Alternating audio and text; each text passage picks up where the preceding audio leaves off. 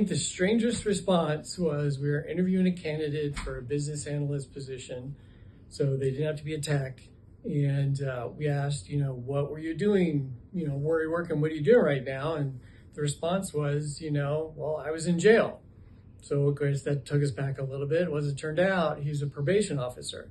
And again, what does probation officer have to do with managed service or IT? It actually turns out to be quite a bit, because he told story after story of troubleshooting and thinking and managing data and managing process. And, it kind of surprised us all. And, we hired him and he's great.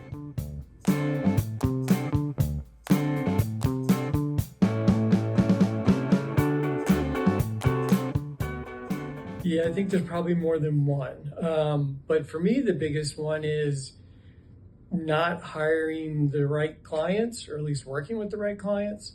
They have a bad habit of anyone who reaches out to them to kind of do anything. If they can remotely do it, they'll take the business. Well, in long run, that's not good. You're working with clients that aren't the most profitable. You're working with the most noise. You're not bringing on the right clients. And I realize it's hard, especially when you're a small MSP, to turn away business.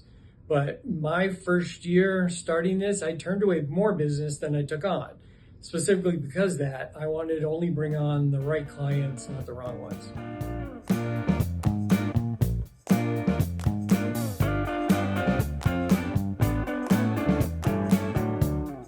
Hardest moment was in probably year 4.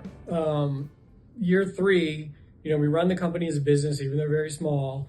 We had finance meetings and finance reports, and I realized all along that I had to do something, that my one key client was 97% of our revenues. Well, if they would have decided anything along the way, they were hijacking the company. So I had to, go to them, very good clients. We all liked each other. And I literally had to go to them and say, I have to fire you because I have to free up my time to be a salesperson to bring on new clients. Because what we couldn't have is just wait a year or two down the road and they let us go and then there's no more company. So that was pretty tough, losing, we ended up losing 70% of our revenues, which is still huge.